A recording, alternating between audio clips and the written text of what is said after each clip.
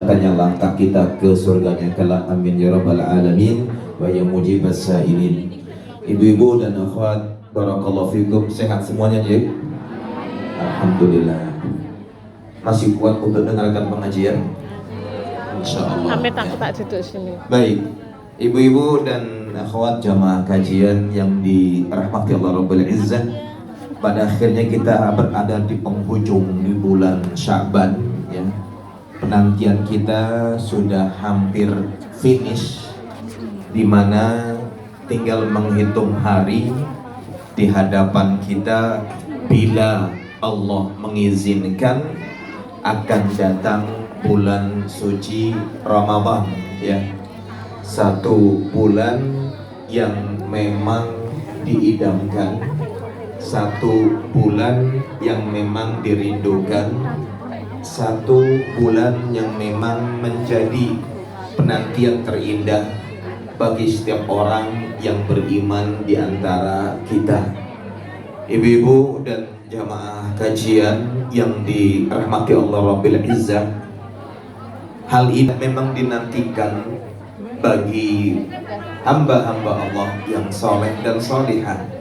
Bahkan begitu besarnya masalah ini, begitu agungnya bulan ini, ulama salaf itu selalu memohon kepada agar diizinkan, ditakdirkan, dan dipilih oleh Allah menjadi hamba yang berjumpa dengan bulan Ramadan. Mengapa demikian? Karena tidak semua di antara kita diizinkan berjumpa dengan Ramadan. Boleh jadi Ramadan datang menghampiri kita dan kita masih hidup, tapi belum ditakdirkan bisa puasa karena sakit. Boleh jadi Ramadan datang menghampiri, tapi kita sudah keburu dipanggil oleh Allah Subhanahu wa ta'ala. Sehingga yang selalu kita ulang-ulang dan kita sampaikan setiap tahun, bahwasanya doa yang tidak boleh luput dari ingatan kita adalah doa yang selalu dimohonkan oleh para ulama salaf sebelum kita, sebagaimana dinukil oleh Imam Ibnu Rajab Al-Hambali dalam kitabnya Lataiful Ma'arif, yang mana disebutkan Ma'la bin Fadl mengatakan orang-orang sebelum itu meminta kepada Allah agar dipertemukan dengan Ramadan itu 6 bulan sebelum Ramadan. Sementara sekarang tinggal sekian hari saja.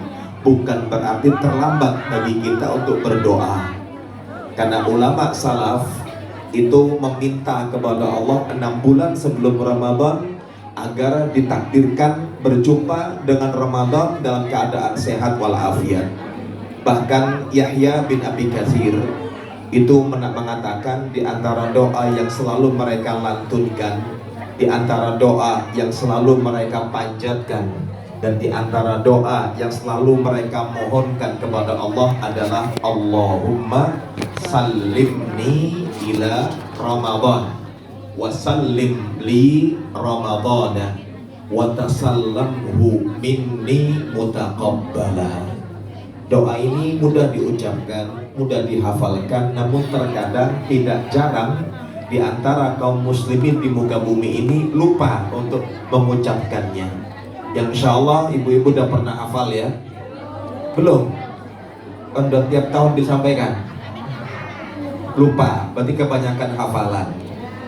Alhamdulillah hafalan sudah banyak, sehingga lupa ya nggak apa-apa ya. Kita ulang doa yang sering diulang oleh para ulama salaf sebelum kita, dan itu mereka baca, mereka mohonkan 6 bulan full sebelum Ramadan. Allahumma sallimni ila Ramadana, Allahumma sallimni ila Ramadana wa sallim li Ramadana wa tasallamhu minni mutaqabbala. Sudah hafal? Ya sudah hafal pada hadiah umroh ya. Kelarangan hadiah ini. Baik. Doa itu indah banget, dan itu harus sering kita ucapkan setiap kali kita ingat kepada Allah ya. Allahumma ya Allah ya Rabbku, salimni, sampaikanlah aku dalam keadaan selamat, sehat walafiat. Kemana? Ila Ramadan, untuk berjumpa, bertemu dengan bulan suci Ramadan. Wasallim li Ramadan, izinkanlah bulan suci Ramadan itu berjumpa dan menghampiriku ya Allah. Lalu yang ketiga, watasallamhu minni mutaqabbalan, dan terimalah dariku ya Allah segala amal kebajikan yang aku lakukan selama bulan Ramadan. 3 poin ini harus kita renungkan dengan baik. Kenapa? Bait pertama mereka mengatakan Allahumma sallimni ila Ramadan. Ya Allah, sampaikanlah aku dalam keadaan sehat walafiat dan selamat. Kenapa? Tidak semua di antara kita itu ketemu Ramadan sehat. Tidak semua di antara kita ketemu Ramadan selamat. Tidak semua di antara kita ketemu Ramadan mampu puasa. Minggu lalu di hadapan saya ada berapa 5 orang meninggal, belum Allah izinkan untuk bertemu dengan puasa. Minggu kemarin kerabat jauh kita kecelakaan parah ya, dioperasi tulang leher dan panggulnya, sehingga pantangan berpuasa sangat berat, bahkan dia kena penyakit kanker stadium 4. Allah belum mengizinkan ya. Itu yang pertama. Yang kedua, wasallim li Ramadan, dan izinkanlah ya Allah Ramadan menghampiriku, berjumpa denganku. Karena gak semua orang yang berjumpa dengan Ramadan bisa berpuasa. Ada yang sengaja gak berpuasa, ada mungkin karena uturnya syar'i dan lain sebagainya. Yang ketiga, watasallamhu minni mutaqabbalan. Watasallamhu minni mutaqabbalan. Dan ya Allah, jikalau aku selama berpuasa Ramadan, Engkau berikan kesempatan, kekuatan, takdir berbuat amal soleh dan kebajikan, terimalah semua amalku ya Allah. Angel bu ngapal ke ya? Angel. Allahumma sallimni ila Ramadana wa sallim li Ramadana wa tasallamhu minni mutaqabbala. Angel tok ning bahasa Arab. Monggo bahasa Jawa nggih monggo. Bahasa Indonesia silakan, bahasa Inggris silakan, bahasa Madura silakan, bahasa Kalimantan silakan. Intinya ada ungkapan berharap kepada ya Allah, sampaikanlah hambamu yang lemah ini berjumpa dengan Ramadan dalam keadaan sehat walafiat dan selamat. Dan perkenankan ya Allah Ramadan datang menghampiriku, dan terimalah seluruh amal yang kukerjakan selama bulan Ramadan. Kenapa ibu-ibu itu doa harus sering kita ulang-ulang? Karena orang yang diberikan kesempatan berjumpa dengan Ramadan itu nikmat yang sangat besar. Ya, gede banget nikmat itu. Loh kenapa? Karena kelak derajat yang didapat seorang hamba ketika diizinkan, dipilih berjumpa dengan Ramadan sangat tinggi. Loh kenapa? Di hadis yang masyhur dari Thalha bin Ubaidillah, dia mengatakan dahulu di zaman Nabi ada 2 orang sahabat yang sama-sama masuk Islam. Ada 2 orang sahabat yang sangat akrab, sangat dekat dan rukun, sama-sama masuk Islam, A dan B. Si A ini lebih semangat ibadahnya, lebih rajin, lebih kuat. Lalu si A berangkat berjihad dan terbunuh, meninggal dunia di medan jihad sebagai syahid. Pertanyaan saya, orang yang meninggal sebagai syahid besar nggak pahalanya? Besar, dijamin surga, dijamin dapat bidadari selain istrinya yang sah, ya, dan diberikan izin syafaat untuk 70 anggota keluarganya. Si B meninggalnya belakangan, setahun depan, setahun lagi. Thalha bermimpi dalam tidurnya dia berdiri di pintu surga. Lalu dia melihat ada orang keluar dari surga, ya.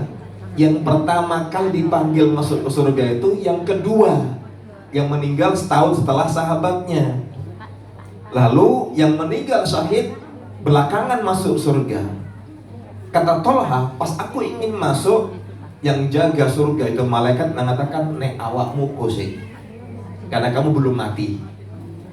Aku terbangun dari tidurku Dan aku terjaga, aku sampaikan kepada sahabat yang lain, mereka pun sama, gumun, loh kok iso? Ya, jadi wong Semarang, loh kok iso?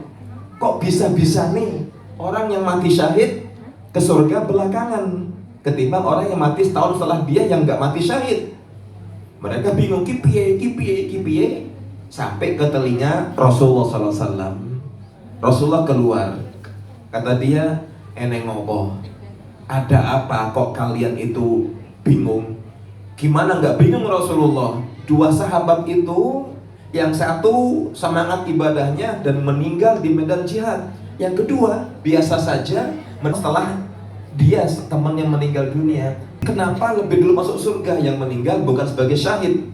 Kata Rasulullah, kenapa kalian heran? Bukankah si B itu yang meninggal setahun setelah si A diberikan Allah kesempatan umur berapa tahun? Setahun.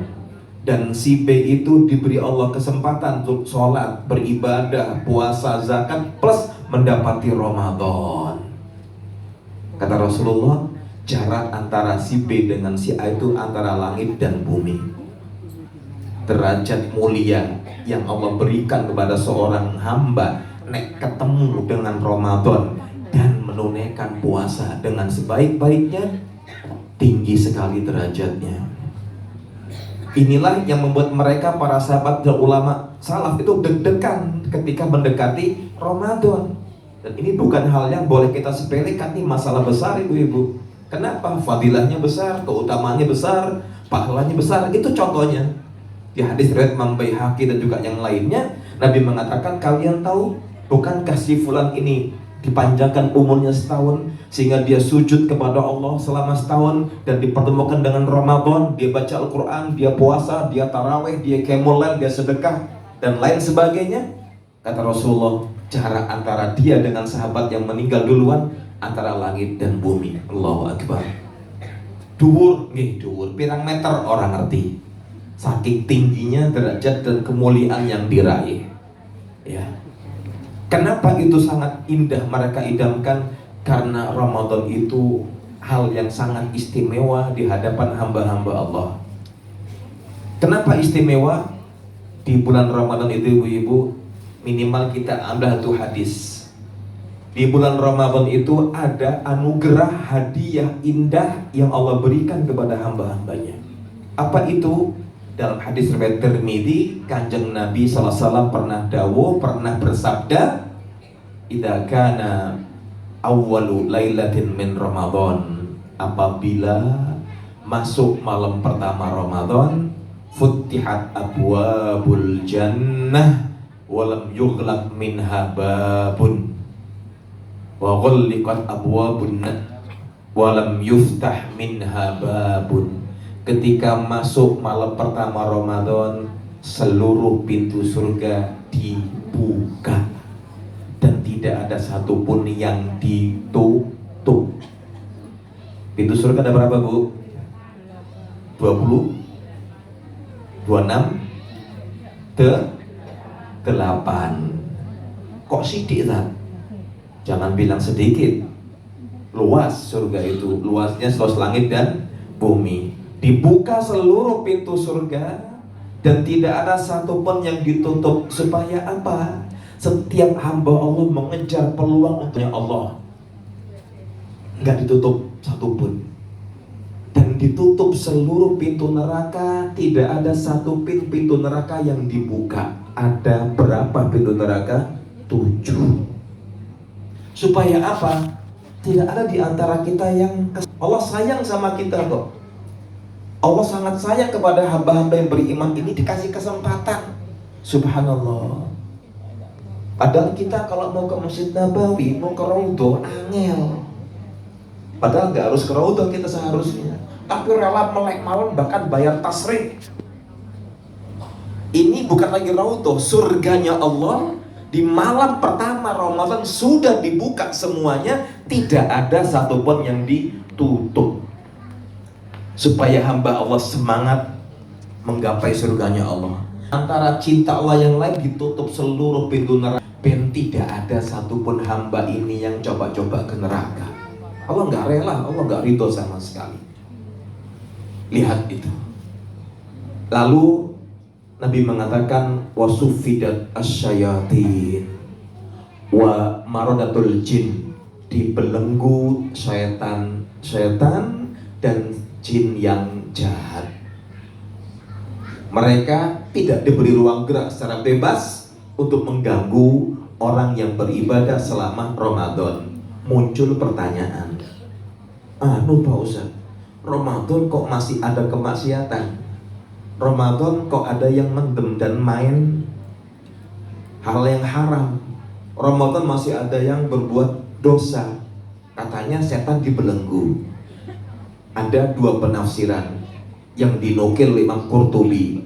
Mengapa ketika Ramadan Nabi sudah mengatakan seluruh setan dibelenggu, dikerangkeng katanya, loh kok masih ada orang yang berbuat maksiat, tidak puasa ya, bahkan berzina, naudzubillah min dzalik. Jawabannya dua. Yang pertama, hadis tadi Nabi katakan dibelenggu para syaitan dan marodah, kalangan setan yang paling ganas dan jahat dibelenggu. Yang tidak ganas masih muncul setannya. Itu tafsir yang pertama. Yang kedua, oke, semua setan dibelenggu, tapi masih ada setan berwujud manusia. Artinya pripun? Nafsunya masih ada. Kalau orang ketika selama Ramadan tidak menjaga adab dan aturan puasa, tidak bisa mengekang hawa nafsunya, jebol pertahanannya. Kenapa? Karena Allah itu ketika menyampaikan kepada kita, Allah itu menyiapkan pahala puasa tidak disebut bilangannya. Allah mengatakan kullu amal ibni adam lahu, setiap amal anak Adam milik dia. Langsung tak balesi. Satu kebaikan 10 kali lipat sampai 700 kali lipat. Illa siyam, kecuali puasa. Fa innahu li, kata Allah, puasa itu milikku, wa ana ajzi bihi, dan aku akan membalasi langsung. Lihat, kenapa? Karena hambaku ini menahan lapar, menahan haus dan nafsunya karena Allah. Nah, kalau orang tidak menahan nafsu karena Allah, ya sudah, akan tetap sama kondisinya antara sebelum puasa, ketika puasa, dan selepas puasa. Lalu yang ketiga, ya, wanada munadin minas sama, terdengar suara penyeru dari langit yang Allah sampaikan lewat para malaikatnya dengan mengatakan, ya baghiyal khairi aqbil wa ya baghiyasy syarri aqsir. Disampaikan pesan khusus dari langit, dari Allah Rabbil Izzah lewat para malaikat yang mulia dengan mengatakan pesan dua panggilan. Ya baghiyal khairi aqbil, wahai seorang hamba yang ingin berbuat kebaikan, ingin sholat, ingin baca Quran, ingin sedekah, ingin bakti sama orang tua, baik sama pasangan hidupnya, sama kerabatnya, saudara-saudaranya, dan lain sebagainya. Aqbil, songsonglah kebaikan itu, maju, tunaikanlah segala niat kebaikan yang ingin kau lakukan. Panggilan yang kedua, wa ya baghiyasy syarri aqsir, wahai seorang hamba yang punya niat berbuat jahat selama Ramadan, tahanlah niatmu, urungkan niatmu. Ini Allah kurang baik sama apa sama kita coba? Sangat baik sama kita, sangat cinta kepada kita. Hadiah yang keempat, spesial Ramadan, di satu hadis ini saja loh ya. Walillahi utaqa'u minan nar wa dzalika kulla lailatin. Allah akan menyelamatkan, akan mengeluarkan hamba-hambanya dari api neraka, dan itu berlaku setiap malam selama Ramadan. Allahu Akbar. Ibu-ibu yang mungkin pernah dengar buka YouTube, TikTok, Instagram, Facebook, doanya Imam Haromen, itu mesti ada doa begini, Allahumma ja'alna wa walidina wa ikhwati wa ikhwatana wa akhawatina wa abna'ana wa banatina wa a'mamina, seterusnya, min utaqaini ranik. Allahumma ja'alna min utaqaini ranik. Apa kata para Imam Haramain? Ya Allah, jadikanlah kami ini hamba-hambamu yang kau pilih, engkau bebaskan dari api neraka. Dan janji Allah di hadiah yang keempat itu setiap malam Ramadan, setiap malam akan dipilih hamba-hambanya untuk dibebaskan dari api neraka. Lihat, kalau mungkin yang imam yang lebih senior, As-Sudais, Su'ad Ash-Shuraim, Abdul Bali Al-Subayiti, dan lain sebagainya, selalu menangis ketika melafadzkan doa ini. Menangis, Allahumma a'tik riqabana wa riqaba abaina wa ummahatumma min niranik. Ya Allah, bebaskanlah ya kami, orang tua kami, saudara kami, anak kami dari siksa api neraka.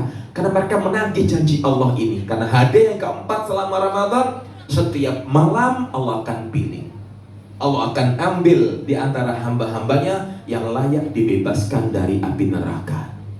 Kita baru bicara 4 hadiah ini aja udah semangat banget. Bahkan tidak sedikit orang-orang yang soleh itu ingin dipanjangkan umur selama Ramadan. Setelah Ramadan, matikan aku gak apa-apa ya Allah. Kenapa? Sudah rindu dengan Allah Rabbil Izzah. Kenapa? Besar pahalanya, sangat besar ganjarannya. Bagaimana tidak? Kanjeng Nabi sudah menyampaikan kepada kita ya, dengan mengatakan man shoma ramadhana imanan wahtisaban ghufira lahu ma taqaddama min dambihi.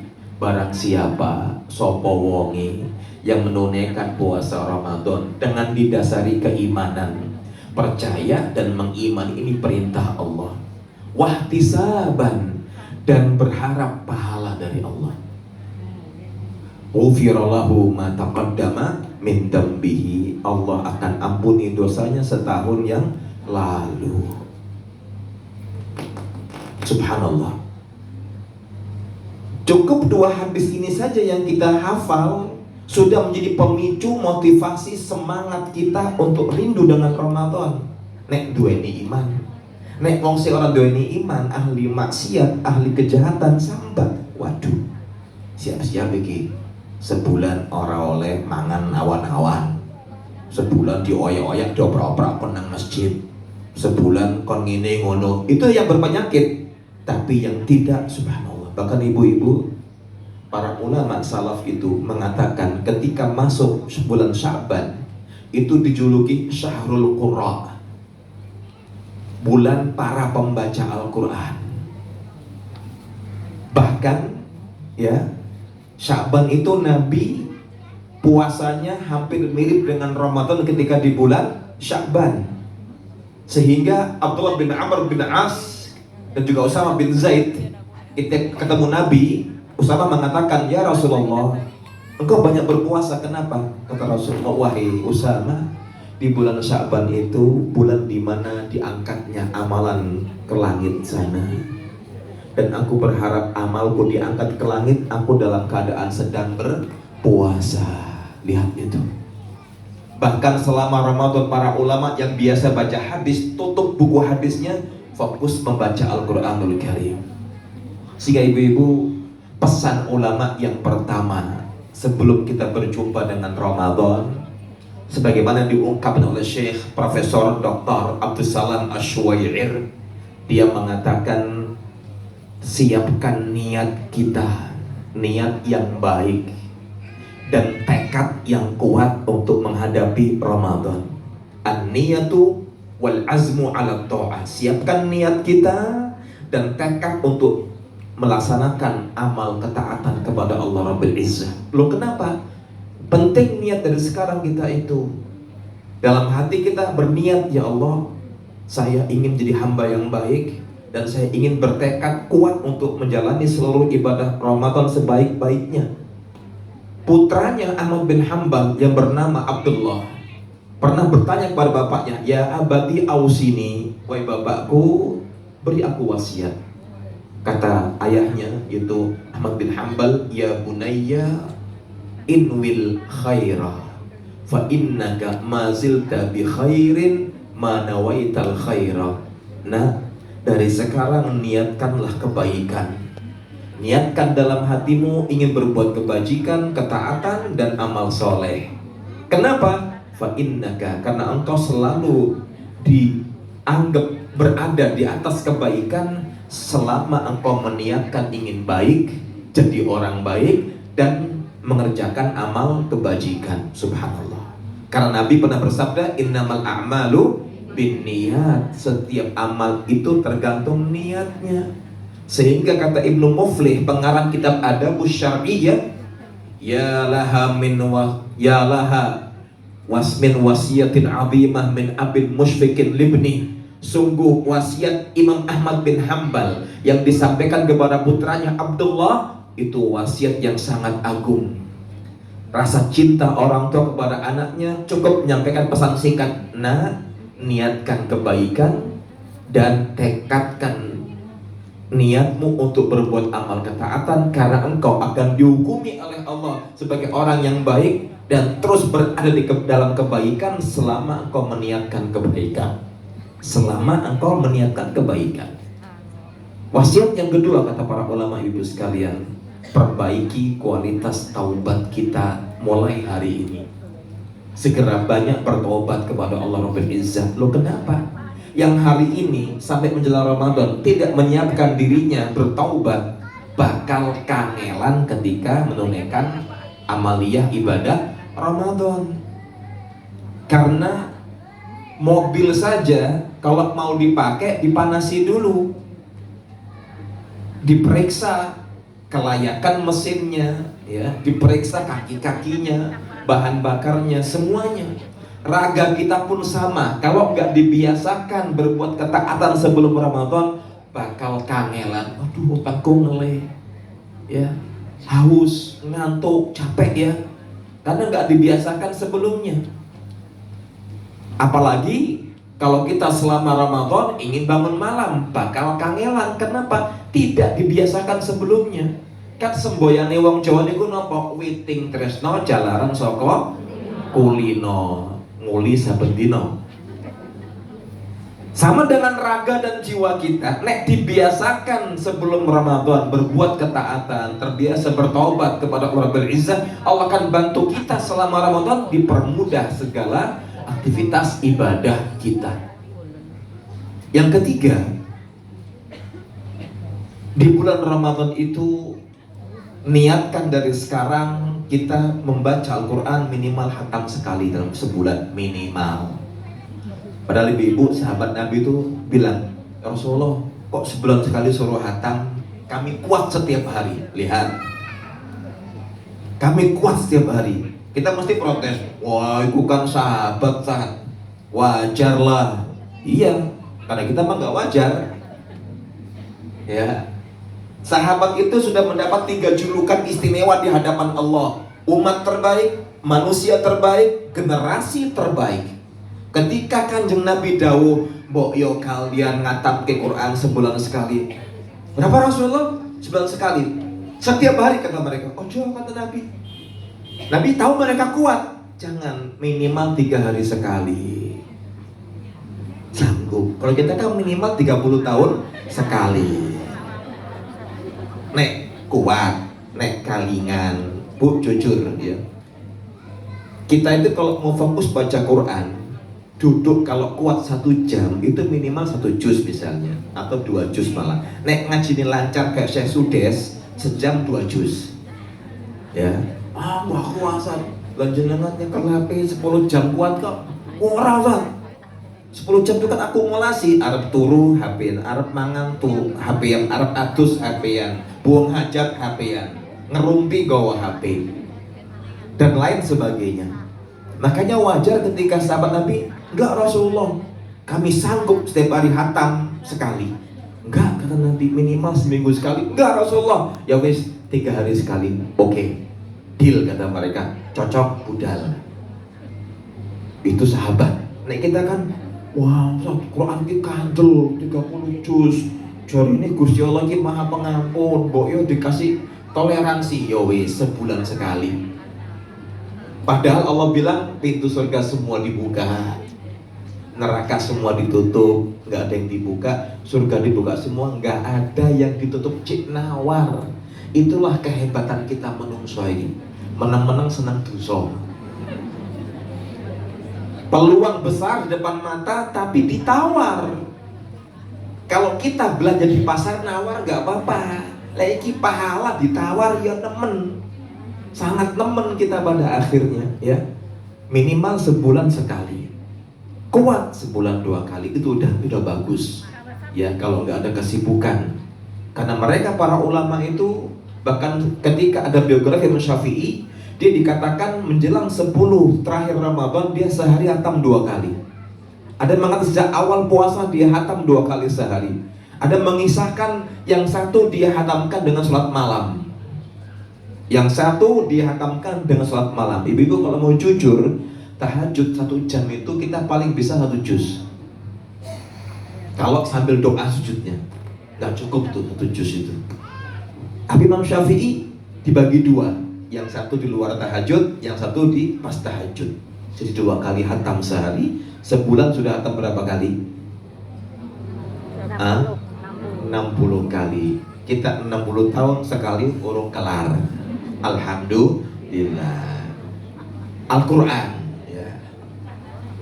Lalu yang berikutnya, wasiat para ulama adalah perbanyaklah untuk selalu menjaga amal ibadah kita sebaik-baiknya. Sholat yang wajib diperbaiki, ojo nanti bolong-bolong. Kemarin sering tertunda, subuhnya 5:30, duhurnya 2:30, asarnya 5:30, maghribnya jam 7 lebih 10 menit, isya kurang 5 menit, isyaknya menjelang subuh karena keturun. Ini nemen ya, yang wajib tunaikan dengan sebaik-baiknya, ditambah dengan sunnah rawatibnya, ditambah dengan sholat duhanya, ditambah dengan qiyamul lailnya.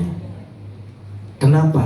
Itu peluang untuk menabung pahala, peluang untuk meraih istimewaan bulan suci Ramadan ya. Lalu poin yang berikutnya, lakukanlah amal kebajikan semampu kita. Mampu sedekah 1.000 rupiah, 1.000 rupiah. Mampu 10.000, 10.000. Sehari 1 juta, 1 juta. Engkau ndak sih mulai mikir 1 juta di piro, semampunya, tidak mengapa. Ngasih makan orang berpuasa nggak harus harga mahal ya. Tempe goreng siji, tahu goreng siji, nggak apa-apa. Nabi mengatakan manfaat taroso iman falau ajru siyamihi. Barang siapa yang memberi makan orang yang berpuasa, maka mendapat pahala orang yang berpuasa tanpa mengurangi pahala yang berpuasa. Subhanallah. Itu peluang kita, peluang besar ya. Dan jangan sampai setiap peluang beramal itu kita lewatkan begitu saja, ibu-ibu. Jangan. Wah, bukan saya ini kadang capek ngurus anak, ngurus suami, ngurus putu, ngurus toko, ngurus iki-iku. Jangan pernah mengatakan saya gak sempat. Jangan pernah kita berargumentasi selalu dari zaman dulu sampai sekarang masih hidup ini punya apa alasannya gak sempat. Padahal kita selalu menyempatkan ngobrol sekaro kancane, menyempatkan buka HP, menyempatkan nongki sana, nongki sini, menyempatkan jalan-jalan ke sana ke sini. Tapi ketika beramal soleh tidak menyempatkan sama sekali. Ibu-ibu ingat yang pernah kita bahas, orang yang sudah mati itu nih bisa ditakoni pengen opo, cuma 3 keinginannya. Ya Allah, beri saya waktu untuk sholat walaupun 1 rakaat. Yang kedua, ya Allah, beri saya waktu beramal soleh.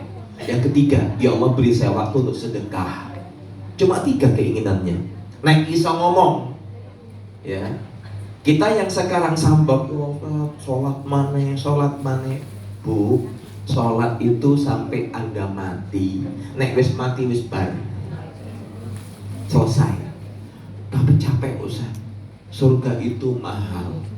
Secapek-capeknya kita, baik itu di dapur, ngurus anak, ngurus suami, ngurus segala macam, belum mengalahi capeknya Nabi dan para sahabatnya. Nabi itu istrinya 9, setiap hari ditemui, disapa, ngurusi negara iya, ngurusi umatnya iya, bengi ya tahajud ngantek sikile abu. Nabi, kita mengurusi tonggo teparu tok ya, ngurusi dapur tok wis angel sambate tulung paso mbok dikek dispensasi, minta sama Allah. Allah itu kan maha adil, Allah maha tahu ya. Maka sering kita katakan, jangan pernah kita mengatakan nggak punya waktu. Luangkan waktu, luangkan waktu. Jangan sampai kalah kita.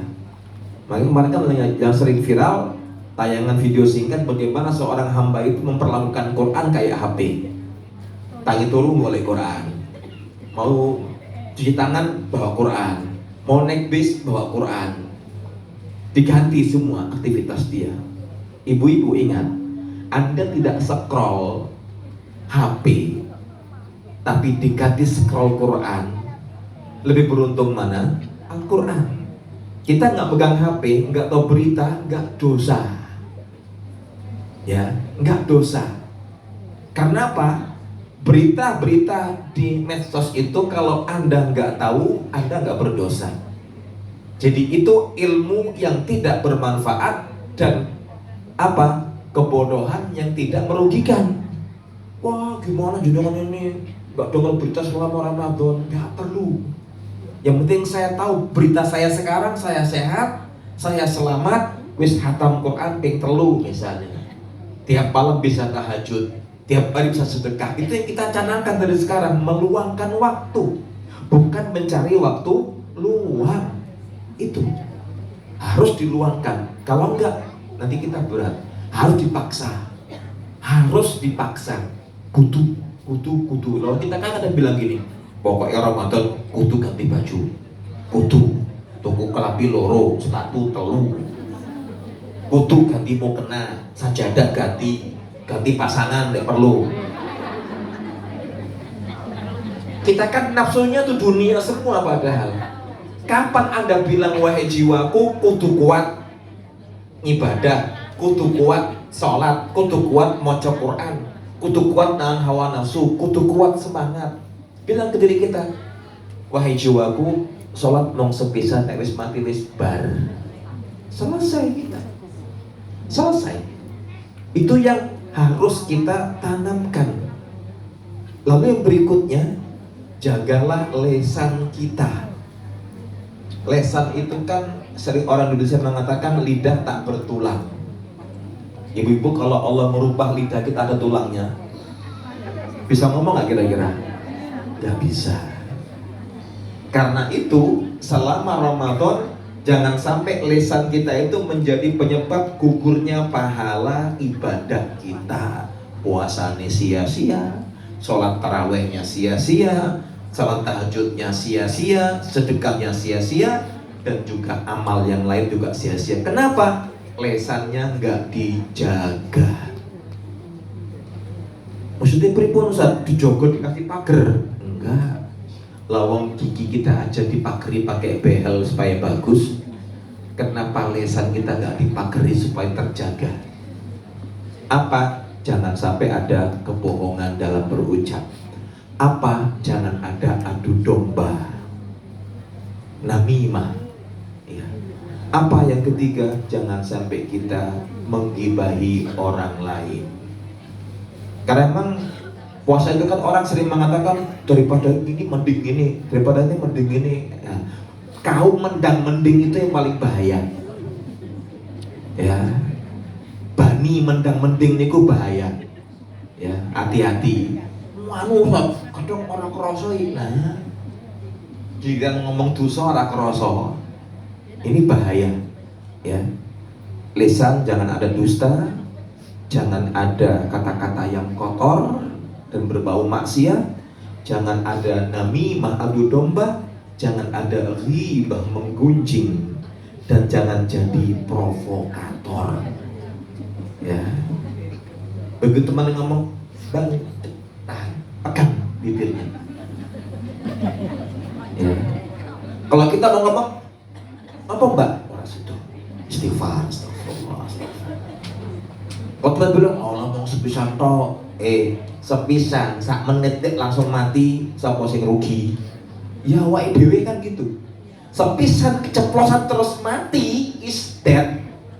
Wes, rugi kita. Kenapa? Oh enggak, cuma besok masih ada waktu untuk bertobat. Sesuk iki kowe ngerti ora ora? Hari esok itu bukan milik kita, rahasia ilahi. Ya. Tidak jarang orang yang sekarang kita jabat tangannya, besok dia meninggal dunia. Ya. Saya kemarin Rebo pekan kedua itu salaman dengan seorang bapak yang biasa nyunting kajian saya. Hari Ahadnya dia meninggal, nggak ketemu Ramadan. Lihat itu, kita nggak tahu masalahnya. Makanya lisan kita itu ada amanah yang harus dijaga. Kenapa? Lidah ini mudah untuk terpeleset. Ingat ibu-ibu, Abu Bakar Siddiq itu pernah di rumahnya nyekeli ilate, lidah bilang ditarik-tarik. Sahabat yang nanya, Bakar kamu kenapa ini? Kok ditarik ilatmu diotot-otot? Bukan kepingin fasih bicara, bukan jadi seorang orator, tidak. Apa kata dia? Ini nih yang pada akhirnya menyeret Anda ke sana ke sini sampai ke nerakanya Allah. Ya, itu. Tahan ya. Tahan sebaik-baiknya. Kenapa? Karena mudah tergelincir. Ingat ibu-ibu, kenapa Allah menciptakan kita telinga 2, lidahnya 1, gak diwale. Kupingnya siji, ilatil loro, siji wae ahli merepet. Ya, siji wae ahli merepet wal jamaah. Apa mana loro? Makanya kata Ibnu Hibban Al-Busti dalam kitabnya, ya, Ar-Rawdatul Uqala wa Nusatul Fudala, mengatakan hikmah mengapa Allah menciptakan telinga kita 2, lidah cuma 1, agar kita banyak mendengar ketimbang komentar. Lihat situ. Kalau tak harus berkomentar, basahi lidahmu dengan dzikir, dengan istighfar, baca Quran. Ngomong nggak boleh, San? Boleh. Ketemu suaminya, dik, kenapa ngomong? Boleh yang ngomong. Jaga lisan. Tetap boleh berkomunikasi, tapi jangan yang berbau dosa, jangan berbau adu domba, jangan berbau riba, menggunjing, jangan berbau hasad, iri dan dengki, jangan provokator. Kenapa? Berat ini.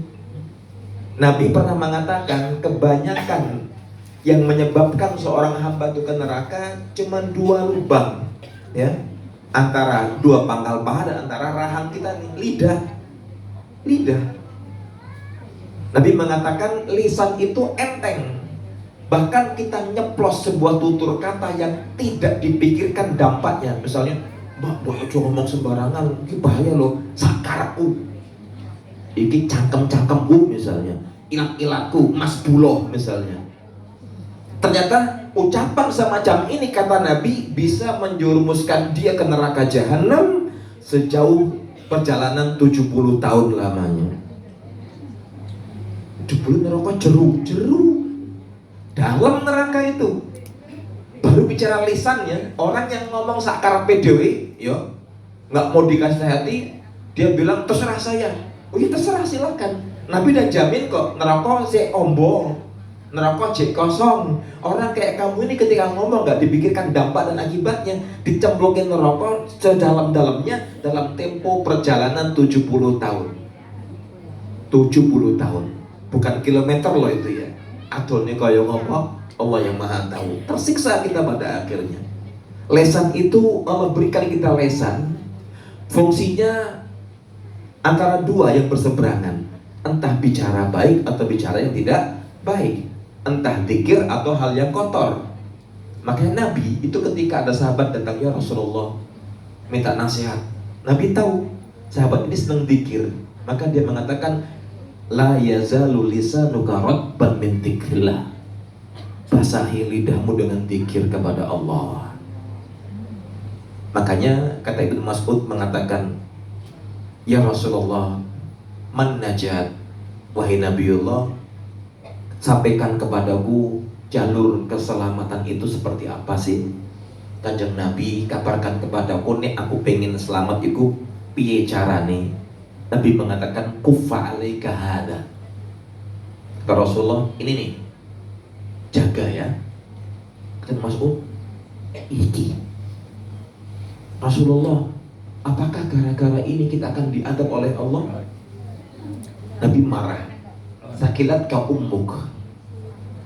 Mu'ad bin Jabal juga bertanya hal yang sama. Kata Mu'ad, ya Rasulullah, Apakah hanya gara-gara ini saya ke neraka? Kata Mu'ad bin Jabal. Kata Rasulullah, sakilat ke ummuka ya Mu'ad. Celakalah wahai Mu'ad. Berapa banyak orang yang Allah seret ke neraka jahanam hanya gara-gara lisannya. Bu, ingat, akhwat sekalian, satu kata yang kita ucapkan, kalau istilah orang Arab, satu kalimat yang terlontar, tercatat dalam memori Lauhul Mahfud, dalam catatan para malaikat Allah SWT, dan itu akan kita pertanggungjawabkan. Loh kok bisa? Allah yang sudah menegaskan kepada kita. Simak terus ketika Allah mengatakan kepada kita dari ayat 16, 17, 18 surat Qaf. Apa kata Allah? Walaqad khalaqnal insana wa na'lamu ma tuwaswisu bihi nafsuh wa nahnu aqrabu ilaihi min hablil warid.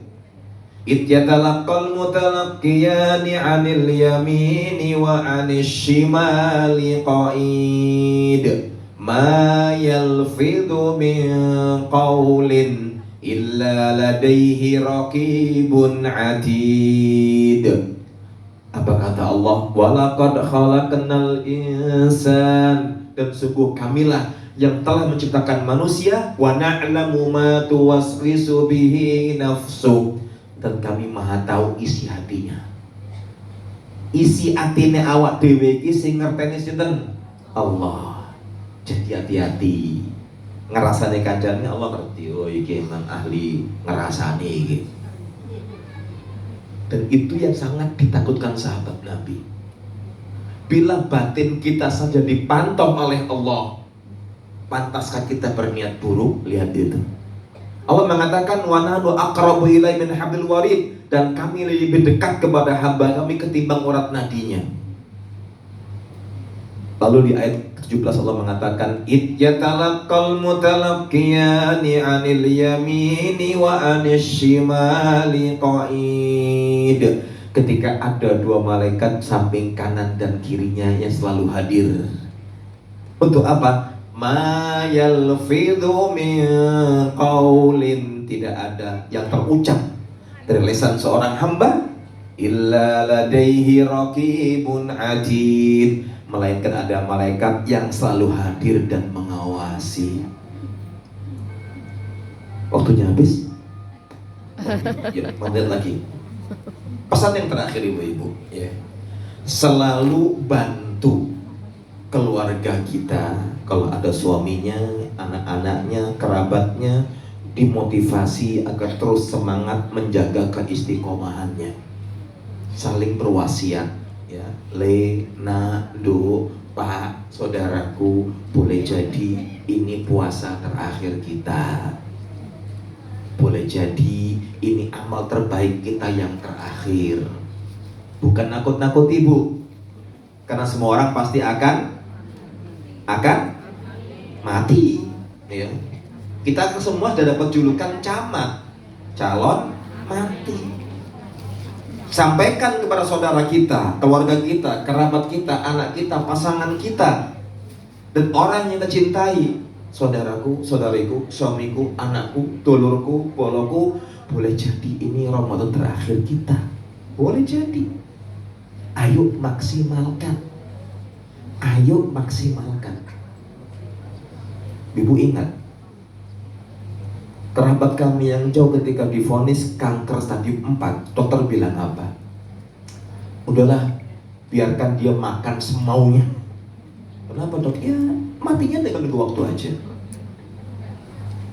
Orang yang divonis gitu kira-kira down nggak, Bu? Down. Soalnya ya Allah kok cepat yuk. Sekarang kamu ngomong cepat.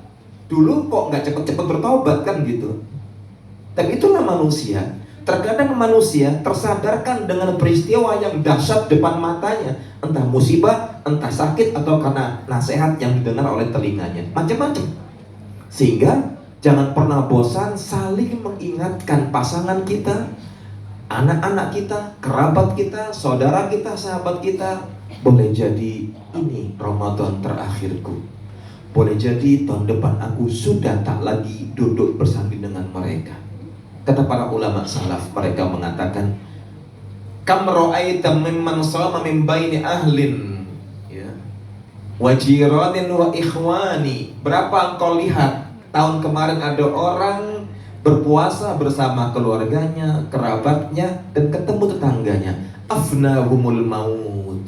Sekarang mereka sudah berkalang tanah, wis mati.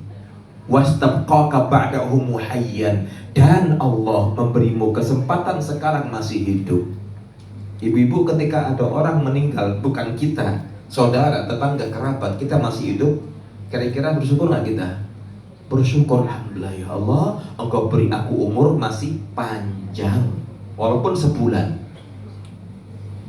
Wastabqaka ba'dahum hayyan. Dan Allah berikan kau kesempatan masih hidup, supaya apa? Peluang untuk beramal segerakan, tunaikan, lakukan, jangan ditunda. Jangan ditunda, karena berbahaya nantinya. Kenapa? Pesan Abdullah bin Umar setelah mendengar pesan Nabi kita Muhammad SAW, beliau mengatakan, fa idza asbahta fala tantadhiril masa. Nek iso iki urip, diberi Allah nafas, bisa berbicara, bisa bergerak, bisa beribadah, jangan nunggu nanti sore. Segerakan kalau ingin beramal. Saat kayak ini waktu sih panjang, saya yakin kuat, masih kuat. Bu, teman kami yang saya di meninggal, yang biasa nyonting saya kajian itu jago bulu tangkis. Yang meninggalnya pas bulu tangkis. Subhanallah ya. Karena memang capek. Udah umur 60 jangan dipaksakan juga. Fisik kita lemah. Lihat itu. Jadi Nabi mengatakan, nek pagi ini Allah izinkan kau menghirup udara segar, ojo ngenteni sore, jangan menunggu sore untuk berbuat kebajikan, ya. Dan ketika nanti sore Allah kasih kita nafas masih hidup, jangan nunggu pagi untuk berbuat kebaikan. Fastabiqul khairat, segeralah berbuat kebajikan selama kesempatan ada di hadapan. Karena nek wis selesai kita akan menyesal. Dan penyesalan ketika di hadapan Allah sudah tidak lagi bermanfaat, ya. Demikian ibu-ibu yang saya sampaikan sebagai wasiat menjelang Ramadan. Mudah-mudahan Allah berikan kita umur panjang dan dipertemukan dengan Ramadan dan bisa maksimalkan ibadah dengan sebaik-baiknya. Allahumma amin. Wallahu ta'ala a'lamu bissawab. Silakan, mungkin ada pertanyaan 1 atau 2, 5 menit.